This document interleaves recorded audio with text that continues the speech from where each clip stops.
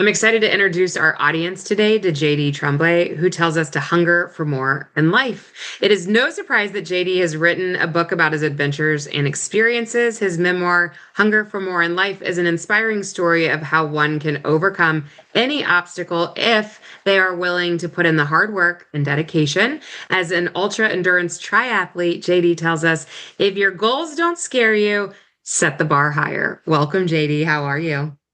Hello, Lindsay. Well, thanks for having me. I'm so excited to have you today. And I feel like you have fun stories as well as a good message for our community today. If you can reframe discipline for us, because I think a lot of people have a negative connotation with discipline and mental resiliency and longevity. But before we dive into that, give us a little bit of where you started and why you're doing what you are today. For sure. I started in the northern part of Quebec. I grew up in a very small town. I was bullied as a child, and I had a very tough upbringing, but who had a pink childhood anyway. So at the age of 17, my parents got divorced. My parents got divorced at the age of 14, but it took 3 years really to finish my high school. And I understood that the environment was negative at the point where it was unhealthy. So I decided to join the military. And that's where it brings us to discipline. I thought as a civilian that you join the military, they give you your boots, they give you your uniform, and then they cut your brain and then they put a chip in there and then they just put some discipline into you and somehow it works with your kid. Mm-hmm. And I was wrong. What the military gives you is a structure, which is again the same for men, women that want to follow it, civilian or military, they want to follow it. What the military gives you is a structure. They give you a system. Now, if you follow this structure, if you follow this system over a period of time, then you will acquire that discipline. You're not born with discipline. You might be born with a bit more willpower based on the structure of your brain to some degree, or if you've been conditioned to doing difficult things, sometimes forced into it, then I'll agree. But if you're looking at discipline as a tool to be used, no, you're not born with this discipline. So that's a different way to look at the word discipline. No, I like this. And I like what you're saying of how you came out versus what you thought going in, and that anybody can learn a structure or system. This takes out the whole, well, that might work for that person, but it wouldn't work for me. You're going, no, you just might not have the right system in place or the right structure. Which takes us into, let's talk about high achieving women, or it could be high achieving men, but who get caught up in this. The structure has to be so perfect, this perfectionism, or else none of it's going to work. What are your thoughts or feelings around that when I say that out loud? Well, the analogy that comes to mind is definitely, I had that conversation the other day with a client, and there are some people that go into the plane because they're about to jump outside of the plane in a parachute. Okay. And they have the equipment, they have all of the training, they want to do it. And then there are some people that just sit on the bench and don't really live. So the door opens, and then there are some people still that don't jump. Now, in the military, when they say, no, you got this drill sergeant who's going to boot you out of the that does not happen. It happens in movies because you're going into a war zone, and that's in the movie. And in real life, this does not happen. And that's because two people don't want you on the battlefield. The guy's sending you and the guys at the bottom that are going to have to take care of you. So nobody wants to deal with these types of people. You don't want to deal with a lukewarm individual. And that can work for relationships, Why would you want to be in a relationship with someone who says, I love you one day and I don't the other day, or is not living in his own commitment? If you're not going to take on that challenge of dealing with that person, then why would you do it to others as well? So the way I can give a suggestion to people would be try to look at reframing it from a perspective of facts versus feelings. So Mm. if I look at my feelings, I the first time I jumped out of a plane, I can tell you, I wanted to do it, but it's almost as if you're glued to your seat and your body does not want to go. Now, even just going into the training, somehow you're looking at all these guys jumping from the sky. It looks good in theory and in practice, but do you really want to get into the plane? And so you do all the training, you get the equipment, you get on the plane, you're glued to your seat. How are you going from facts versus feelings? Is by saying, okay, I have a job to do. I have to perform that task. So what is the worst case scenario that could happen? And then as soon as you look at the worst case scenario, then you're going to realize that it rarely happens. And then now your brain starts looking more at the rationale instead of looking at, he can't look at the worst case scenario. You've already dealt with it in a rational way. Pick a goal as well, right? I talked about jumping out of a plane. I have a client right now. We're going skydiving tomorrow. So it's funny. Fresh on the brain. It's funny because we're going through this. I'm in Italy. We're flying to Montreal tomorrow, and then we're skydiving in Montreal. So it's funny that we're going through this. We took that person on a challenge that was challenging of fears. So again, we were hiking, and then we were challenging more fears that were up to the level that the person is able to take on. And sometimes because of the pressure of others and the fear of criticism from others, then we tend to take on challenges that are far beyond what we can achieve. Now, I understand that I said, if your goals don't scare you, set the bar higher. They need to scare you. You need to be scared. But you don't need to take on a challenge that is so massive that you're going to end your life, okay, to a certain degree, okay? You need to take on a challenge that is up to your level. So we took that person hiking. We took that person to zip lining. Yeah, we went indoor skydiving at some point, and then it took months. We went with that person in December last year, and right now we're in May. So that gives you kind of a time frame, right? Some people it's shorter, some people it takes a little bit longer. But yeah, we're going tomorrow, and then I'll let you know. So yeah, So you again, baby step them up, is what I'm hearing. You're like, we're going to do something and you're going to feel the confidence of achieving it. And then we're going to step it up a little bit more. You're going to achieve it, feel the confidence of it till we get to that bigger goal. Am I understanding that correctly? Well, I tend to look away from the word feelings just because feelings for us at the Hungry Warrior Academy is about feelings are there to help you have an understanding of what life is. So you have feelings and then emotions. And the difference is that feelings is about what is in your mind, which might be irrational or might be rational. And then the emotion is how your body reacts. So if I am surprised, well, my heart rate is going to increase. My pupils are going to get dilated.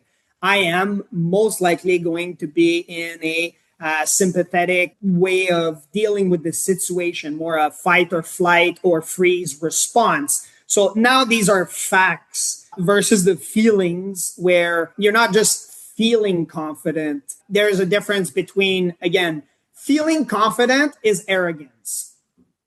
But being confident, knowing you are confident, you are in a alpha wave, which is a type of brain wave. So you are confident. There's a difference. Like knowing I am in the plane. I am about to do this business meeting. or I am about to go on a date with this guy or girl, or I am about to talk to someone or talk to my boss about something very important. So understanding how the body reacts versus feeling confident, because there's a lot of people that will talk about ways to just feel confident, like putting your fist on your hip and just bumping your chest, and you can fake it, but there are certain things that you shouldn't. You should be confident that you can jump out of a plane. In the analogy, you should be confident that yes, the report I just made is right. Yes, based on facts, I can approach that individual. And that works for, again, men, women. It works for everybody. It's about being confident. So that was a little bit of the twist, so to speak. But yes, in essence, you're correct. It's about being confident. So tie that in for me with somebody's big picture health journey, that this piece is so important because where does that all play into that bigger picture? Into that bigger picture, well, we use the system DECA at the Hungry Warrior Academy, and that's because I finished the Epicdeca. So Epic is our foundation and DECA is our system. So it's a system that anybody can use, okay, regardless of gender. D is for discipline. So you need to find what is discipline, and then I can further on that, and it's based on your non-negotiable. E is for energy regulation. For women, I understand they have this handicap because there is a hormonal change every month that is happening. So that is a bit more challenging for them on that side, but it's still manageable. And if you understand the energy regulation, then again, you're able to go towards your goal at a much faster pace than any other women out there. C is capacity. So I talked about it briefly earlier, where you've been created. I'm a Christian man, so I'm going to use Jesus, but it can be another entity for anybody else. But God created you as a woman for a specific part of life, for that duty. Now, I don't know what he created you. I don't know if he created you to build a company or go work as a lawyer, or that's not up to me to figure it out. It's about understanding what is your capacity, because there's a lot of people that are in the wrong job or in the wrong field, and they've been trying to please everybody. And that works for men and women. And their capacity, their design was by God not in the right field. For me, for example, I love electrical work. I love working in the panel. I rewired all the houses that I ever own. I just love it. But you're not going to see me becoming an electrician. Even though I wear the engineering ring, I could become an electrician and potentially make a lot more money as an electrician. I choose a different path rather than electrical work. And that's because I'm not built for it. I understand it's a hobby. And so that's somewhat of an example as to capacity. And as we can see, by my resume of ultra triathlete, I would say I was built for that. So, Yeah, just a little bit. just a smidge. So, and then A is action. And so that ties it with a beautiful bow on what you talked about. Yes, I see men doing this all the time too.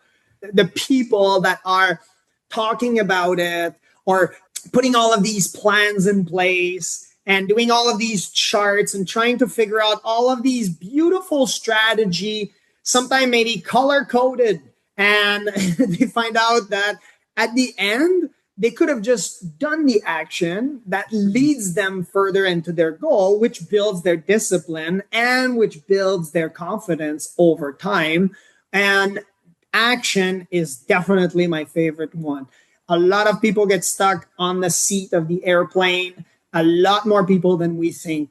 And if you look at yourself, what would you tell yourself if you were hired as your own coach? That's the way you have to look at it. You have to be the person that is the creator of your health and the creator of your own future. So if you hired yourself, don't hire us. Hire yourself. Mm. What would you tell yourself? That's the best idea. You look at yourself in the mirror and you would say, my name is Lindsay. I have this problem and I have this task to complete. How would I tell Lindsay how to behave in this particular instance? And if you're able to coach Lindsay, which is you, then you're just going to figure out, oh, this is exactly what I would tell her. Exactly. And I do this all the time too. Sometimes I even forget. It's my dad sometimes that calls me and he says, JD, you should really hire yourself, right? Yes. We forget to look inwards, like we are wiser than we think. We're able to solve all of these problems for everybody, but somehow when it comes to us, we tend to have difficulty taking care of ourselves and solving our own problems. So you don't even have to do meditation for 5 hours and trying to disassociate your body from your mind. All you have to do, look at yourself in the mirror right there. You know that person in the mirror. You know all the ins and outs. Even if you have not done too much internal work, you know all of your flaws. So you say, what would I coach that person to do in this particular problem? Now, we're not talking about a life or death situation where your kid is choking in the other room. Go do first aid. We're talking about some life changes or somewhat of a transformation that you want to have. If all of a sudden you wake up, and I get these all the time, we'll circle back to discipline because I think it's very important, which will bring the resilience piece to all of these women that are listening that might be having this January 1st mentality. And it happens for men too. I see it all the time.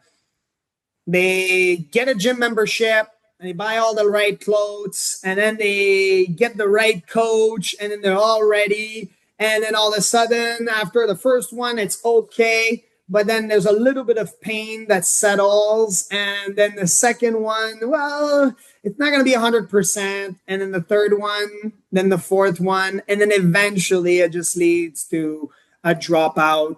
Planet Fitness is like that. That's their model. They want people to not go to the gym so that they can make money. And so there are people that are benefiting from you not doing this. So here's a beautiful way to look at it. Let's reframe that word because a lot of people might think, I know I did, that it's very difficult to have discipline. So they think, well, it's wake up at 4 a.m, or it's doing a cold plunge every morning and then you're uncomfortable, doing all of these rituals or changing your diet completely, or even stacking all of them at once. Okay. Mm-hmm. So discipline, let's look at it in a fun way. Let's look at it in terms of a non-negotiable. So if you do your non-negotiable, it will trickle down to other parts of your life. Okay, and we're not talking about, well, the Dr. Jordan Peterson talks about it in his book, The 12 Rules of Life, where he talks about doing your bed. And the reason why he says do your bed is because it secretes some dopamine, which gives you somewhat of a reward because you completed a task. This works for someone who is in extreme depressive state. Maybe some listeners are in that case. In that instance, yes, doing your bed can help. And that can be your non-negotiable because it's very simple. You do your bed. But for people that pass the stage of the bed part, we're talking about people who want to just have some discipline in their life and it trickles to other areas of life. You pick a non-negotiable. And if I had to ask you, Lindsay, what is my non-negotiable? Without even knowing anything about me, you would probably say something along the lines of, well, JD, it's about fitness. And you would be right. So to me, it's about fitness. Now, do I go dancing every day? Well, no. Do I enjoy dancing? Yes, I enjoy dancing. Do I enjoy cooking? I enjoy cooking, but again, it's not my non-negotiable. So I have people to do that for me. The dancing, I enjoy dancing, but it's not going to be electrical work, not going to be my non-negotiable, right? So people put these unrealistic goals on themselves, and they've tried to build the physical work. So by trying to build they just say, well, I want to lose weight. Build the mindset. And once you have the mindset, everything else is going to follow. Once you have the mindset to do something, it's going to go. So what is your non-negotiable? Try to figure it out. And it can be, again, you enjoy cooking. I don't know, you're a woman and you enjoy building cars. It's not gender related task. We're talking about what is your non-negotiable? What do you want to do with your hands or your feet every single day? And it can be journaling, like some people, and you end up being amazing writers, by the way. Some people, it's reading. One of my clients, that's what it was. We figured out it was reading. He has multiple businesses. What does he want to do? Read. And he's been pushing this on the side because he said, well, this is not conducive to my businesses and it has nothing. And I said, well, one, you're going to learn something new. You're going to calm down your system. And this is your non-negotiable. And he said, yes, it always has been. So sometimes it's just understanding that. What is your non-negotiable? Then you build that discipline, which is fun. It's really fun. Like I go for a run, I'm enjoying it. I can wake up, it doesn't matter, like 5 PM, I slept in, okay? Let's just hypothetically say something like that, okay? It's 5 PM and I'm waking up. What do you think is going to happen? I'm going to work out. There's going to be a workout within that 24 hours. So it's not necessarily to build a discipline with something I'm built for somebody else within their capacity, which I am built for it. I love doing it. Swimming, biking, and running entire countries. My body is broken. My mind is broken. My bank account is broken. And I still do it. Right? You still do it. I want to do. This is what I was built to do. But is it for you? Probably not. So find that non-negotiable, build that discipline. And once you build that discipline, there's a resilience piece that now you've built over time. And because you're seeing the word discipline not as a strict mandate of military structure where you have to abide by this dogmatic system or I will whip you. You are in a good state, a good flow. And even if you want to use the word feelings, you will have some good and some bad feelings anyway, because you'll wake up at whatever time and then you'll do your non-negotiable. It might seem not the same as working out and let's say losing weight or having a proper diet at first. And I'm saying at first, but it's the mindset piece. And once you build that mindset piece, then you can move over to other parts. Thank you. Yes. The piece that I love about the non-negotiable and how you're describing it is that I don't think a lot of people think of that it can be anything that they like. I love that you mentioned the reading. My non-negotiable is sleep. If I A, like it, and B, if I don't get it, I don't like me as a person. I show up to it. If I'm on vacation, I show up to it at every season of life, no matter how stressed, no matter how busy, sleep is going to happen. So I don't know, to plug that into our listeners' ears and just say, you get to pick your non-negotiable to build your resilience of your show up factor. And then that gets to transfer over into anything that we do in life. If we can work that system in one place, then we start to transfer it, right? Then it can start to be, even if you're not a fitness person, you figure out the show up piece. And it's funny because it's the same as my son. My son must sleep 12 hours per day. If he sleeps less than that, like 10 hours, he's out. And I have to monitor him like during the day.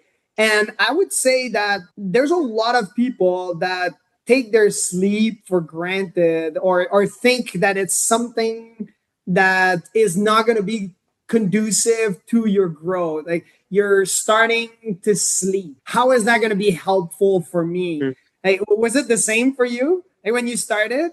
Like when I looked at my son, I said, what? His sleep is necessary. And if he's not getting it, but I'm thinking, well, I want him to grow. So is it really attached to his growth? And then I had to make that decision to allow him to sleep. Was it the same for you? Yeah, I think that I've had my ahas with it. I think as a child, it would have been one way. And then as a woman and understanding Pregnancy was kind of my biggest aha of when I'm tired, I eat.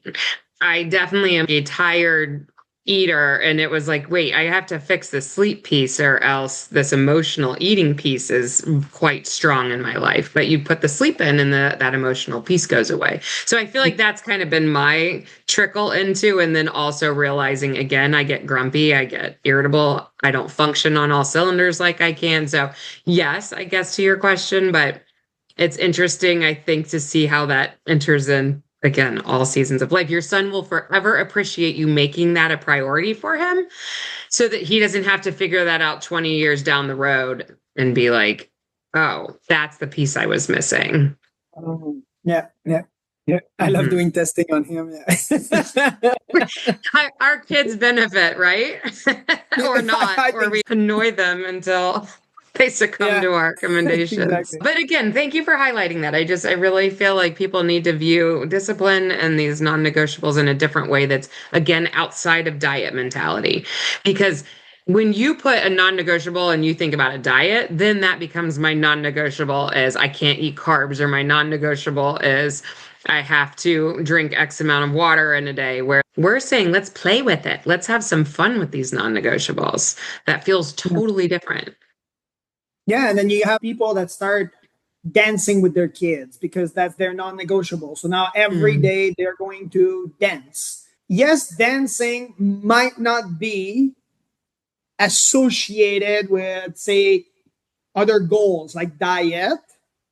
But as I said, and you confirmed it as well with your testimony, is that once you take care of that non negotiable, it goes to other parts of mm, your life. And so you build that discipline not only for that portion, but for other parts. One other suggestion I have is I don't care who is your coach and who is the person that is dealing with you as a mentor, but tackle one thing at a time. I would say mm, tackle that non negotiable. It's a free suggestion. It worked for both of us, it worked for our family. That's what I would pick at first, finding that non negotiable. And then you will know, your system will know when to add extra. It would be like asking a guy that is addicted to substance and also smoking cigarette. Which one would what would you tell that person? Would you say, all right, quit everything right now or I'm leaving you? You might end up being single if that's what you're yeah. if that's the ultimatum you're giving that person. But if you're able, assuming it's the relationship, okay, you're asking that person to, again, leave one versus the other, or tackle one versus the other, or instead of both, then there might be some leeway. And to me, I would tackle the substance before the smoking, even though I'm a certified naturopathic practitioner. I'm a healthcare provider. I'm not saying go smoke, but I'm saying if you have a problem Mm, to, in my eyes, is much bigger than the other one, I would tackle that one, make sure it's gone, and then after this, tackle the other one if you're into it. And you'll see. You'll yeah. be You'll know. you'll be ready Mhm, when that time mhm, comes. So it's not about tackling the diet and the losing weight and all. It's unrealistic mhm, expectation that we're putting on ourselves that very often comes from fear of criticism from others, which we are just imposing on ourselves that are irrational. Other people don't want us to be completely perfect. We can still thrive in a certain level of disorder or chaos. People, even if you had the perfect relationship, there would still be a certain, even if it's minute, it would still be a certain level of disorder, a certain level of growth. When I get tested, we have a lot of machines. And when I come out, my biomarkers are all really good. I still have things to change in my body. I still upgrade. So there's nobody that is going to be perfect other than yeah. Jesus. Okay. So, Yes. and he was crucified. So no correlation, but No, this is, yes, we're a forever project. And when our brain space opens up, our mental load opens, then we can take on that next piece that's important. And that's like the comfort of when we get to settle a piece and the ripple effect happens, like you're talking about. I love ripples when something else just accidentally changes because we get one component into place. But I think a lot of individuals don't understand the importance of mental load, that we don't have the capacity, back to your word, to take on everything all at once. So that one at a time is a really good focus, and build our pillars of foundation. Like I said, sleep, you said fitness. Well, if my sleep's first, then fitness is another foundational piece, food's another foundational piece, water. Once those are all chunked into place, now we can go up the ladder and pick the next piece. But what I see, and I don't know about you, is that people want to go up the ladder and work on all the skills, like these high skill level pieces. Yeah. I'm like, don't worry about organic or not yet. Don't worry about meds and other tools. Like, let's just start with foundational work, and then we get to nitpick and tweak. But do you see Yeah, that with your foundational clients? sleep. Hmm. Yeah, foundational sleep. Definitely. We use the acronym BRAIN for our men. It works for women as well. BRAIN is B for blood chemistry, R Hmm. is recovery, A is attention, I is inflammation, and N is nervous system. So if you're Mm. able to regulate all of them, which to me, well, okay, I'm at blood chemistry, but to some people, they would start with recovery. That would be the foundation for the majority of people. Knowing what is your sleep cycles, are you doing micro naps? How do you fall asleep?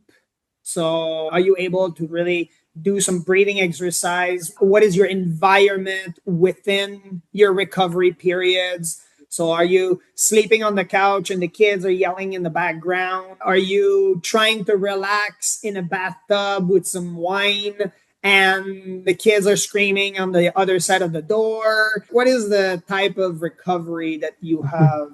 So that definitely is the key component for me. That's where I would start. And then after this, then you can start looking at blood chemistry. So for women, say, increase your iron level right before you know about your periods. Hmm. So it would be 1 day or 2 days. You know your sleep. You know your pattern. Then you take a little bit of iron before, if you're not in a medical condition. I haven't looked at anybody's chart yet, but if you increase your level before your period, you're going to have a much smoother ride. And that can come from eating some red meat right before your periods, or that would be a suggestion that I would make. I don't have many. I have some women as client as a naturopath. I like the brain analogy. Thank you for that. You're good with analogies. It helps it stick and it helps it make sense. I definitely want to snag this next little piece from you before we wrap up, but your hunger for more in life, just because I do have this like next season of life, women figuring out the next stage, that like, oh, we still want more. We still want purpose. You know, as a little kid and you're like, you've done it all by 60, and then you get to 60 and you're like, wait a minute. I have so much more I'm so excited about, and I need purpose. Is part of you saying that when you say hunger for more in life? Are you trying to set people up for success in all stages, or where does your brain go with these next seasons of life? I'm in Italy right now. I just flew from Malta and I went to the Trail Half Marathon World Championship and I finished fifth. Oh my And I goodness. got someone who reached out to me and said, "Well, that's amazing." And I said, "Well, that's not where I want to be." Like, it's amazing for you as you're looking from the outside. But for me, I'm looking at all of the failed workouts that I was working instead of working out, or the workouts that I did not give my 100% because I was Mhm. dealing with other tasks, because we're an international, we have multiple companies, but one of them is international. And so my answer to this for all the people listening is, you got to be content, Mhm. but you should not be satisfied. And contentment is knowing that you've done what you can with what you have at that moment. So Mhm. in that race, did I give my all? I did. I did give my all in that race. And then I understand that, analyzing all of the previous workouts that I missed, that I talked about, I did not do my best. So moving forward, I am not satisfied where I am going in life. So I will make changes, not based on feelings, and I will make a change based on facts. And that will come from my values. So set your priorities straight. The foundation that we use is Epic because I'm known for the Epicdeca. So our Deca is system, and Epic is our foundation. And Epic stands for E, which is eternal restoration. So knowing where God wants you in life, where does he want you? Don't think that you're done at 60 because I can introduce you to Didi. She is now a commentator for Iron Man, and she is done Ultraman. She's done Ironman. She's won Ironman competition. That woman is again. A So beast. and she is older. So that's where I tie it in with the question. So where does God want you in that particular place in life? P is physical tempo. How are you dealing with your physical tempo? Use the acronym BRAIN so that maybe you can understand where that all ties in. I is identity. What is your identity? Many people, I know for me, it was hard for me because I was in the elevator one time. It was a hard hit for me because we're in the elevator going to the apartment. I was in engineering at the time and just came out of the military. So there's this lady and she says, "Oh, what do you do?" And I was about to answer the normal, typical, right? Maybe ex-military, or I'm an engineer, or engineering student, and before I even answer, I had my son in my arm, and he just pointed at my chest and with his little finger, and he said, "That's my daddy."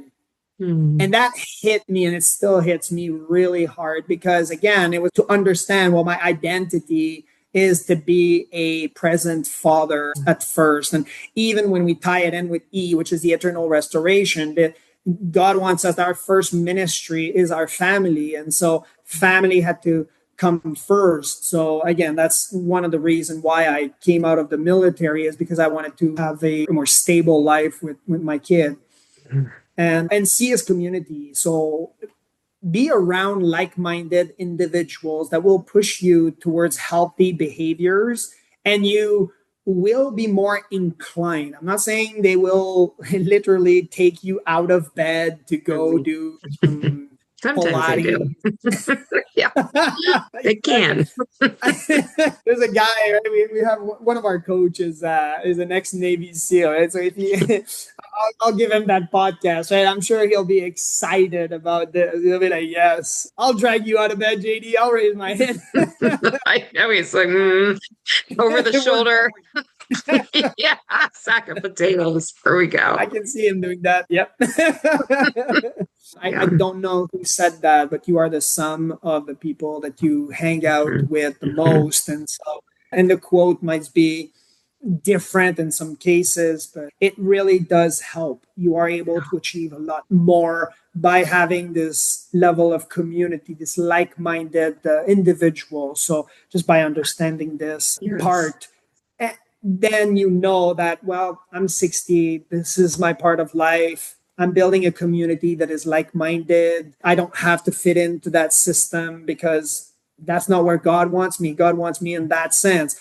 Physical temple. Well, I'm building my physical temple based on how God wants me in that part of life. If He wants me to now start lifting cars as a right, well, I'm going to start lifting cars. That's it. I'm going to start working out in this way. It's going to be different types of workout, right? For me as an ultra endurance triathlete, Mhm. and what is your identity, and rooted right in. It's okay to be in a different stage of life, but it's not okay to live in the past thinking that you've done all of these mistakes and that you are your past. You are Mhm. bringing your past with you, and you will become a better person tomorrow only if you, again, allow the past to be part of you so you can move forward, not dwell on it. Amen to that. Yes, I totally agree.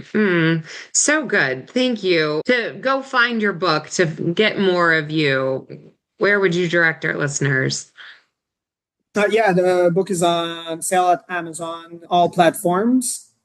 And then we coach men. Okay, we coach men. So I'm a therapist, but we do coach men at the Hungry Warrior Academy. So it's hungrywarrioracademy.com. And we have a cohort now starting very soon with one of my best friend, ex Navy SEAL. So again, bring those men, even the women they're looking for. So if you have a man in your life and you want him to be at his prime level, I'm hungrywarrioracademy.com is the best place because they're not going to go on a retreat where they're getting yelled at and profanity is used. They will learn facts, logic, and they learn from ex-military, an engineer. They learn from a naturopathic practitioner, someone who is using the natural innate ability for the body to heal and then to bring facts to these men that are looking to be some amazing leaders. Yes. Yes. Well, this is interesting because you actually tie in with our church. Our pastor runs these warrior men's nights, warrior retreats, and it's exactly what you're talking about. And I just think it's cool to, again, get that strength from God first, and then from you can be a head of a household, you can be what the family, I don't know. I love all of that. And whenever our pastor is talking in church, he looks at the women. So you're talking to the right crowd because he's like, you have so much influence over your husband getting in these right communities. And I feel like your community of men sound amazing. And I love what you're doing and getting to lead that type of ministry. I don't know if you'd call it that, but it feels like that. Yes. It is Yes. definitely. We put Jesus at the forefront. I'm a Christian man, so definitely for me, it's all about Him. He's giving me the platform, so I have to give Him the glory and all the Yes. honor. So to me, I'm just the vessel, and I get to be living a great life. I'm enjoying it. It's a bumpy ride for sure. So, And it but should be, right? Yes. yeah, exactly right. We have Yes. to be men. That's what 1 Corinthians says. We have to be firm, Mhm. stand in the faith, and be men. Well, and seriously, congrats on everything that you've done. Congrats on your book, your business. It's all a lot of work and it's all paying off to your point. It's something, right? It's It's wonderful. worth So, it because the men are looking for it. They're looking for these types of retreat, and then the women are also looking for these type of virtuous men that are leaders, that are providers, that are protectors. There is so much confusion at the moment in the world, and so a lot of uncertainties. And so those men are able to step up and be virtuous and have strong values, then I'm glad to be their leader. But the people that we work with are only the people that are serious about it.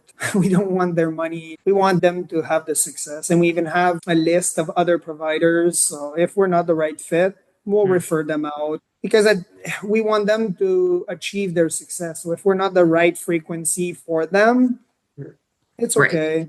Like someone will, and we want them to be great leaders. So that's it. So yeah, I'm glad that you're mentioning that. Yeah, the women they have a lot of power over their men sometimes.